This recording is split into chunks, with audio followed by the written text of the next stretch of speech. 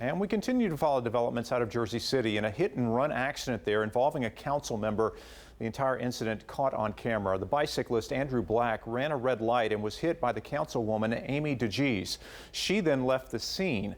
She was issued a summons for that. There's been no comment yet from her, but there are calls for her to resign for leaving the scene of that accident. And while there is no evidence of special treatment of the councilwoman right now, silence from some Hudson County Democrats is bringing new attention to the power of the organization. News 12 New Jersey's Alex Zidane explains.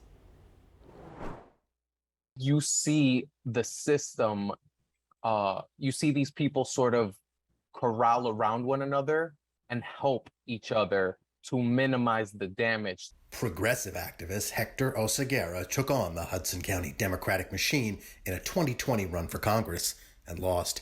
Now, after a hit-and-run crash involving Jersey City Councilwoman Amy DeGeese, he says the powerful Hudson County Democratic organization is working as it's designed. Hudson County Executive Tom DeGeese is Councilwoman DeGeese's father, and he's been in office for nearly 20 years. Even though he's the king, he's actually responsible to the true kings, who are the 12 mayors of Hudson County.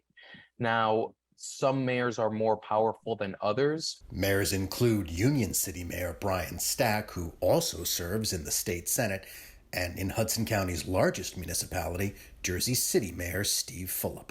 I often allude the machine to a mafia-like system because number one, you're not supposed to admit that this thing even exists. Someone like Bob Menendez certainly is a part of the system, but has now graduated to be more powerful than that system itself. Menendez rose from mayor of Union City to the Senate.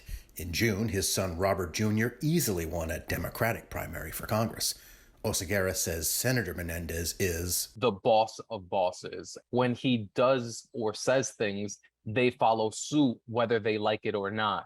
Installing his son as a Congress member is one example. Most members of the public would say, if that was them on that video and they, had, been involved in a hit and run, would they be treated the same way?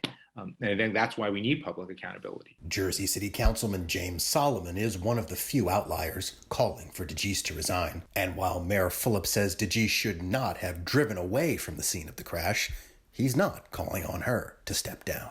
Alex Zidane, News 12, New Jersey.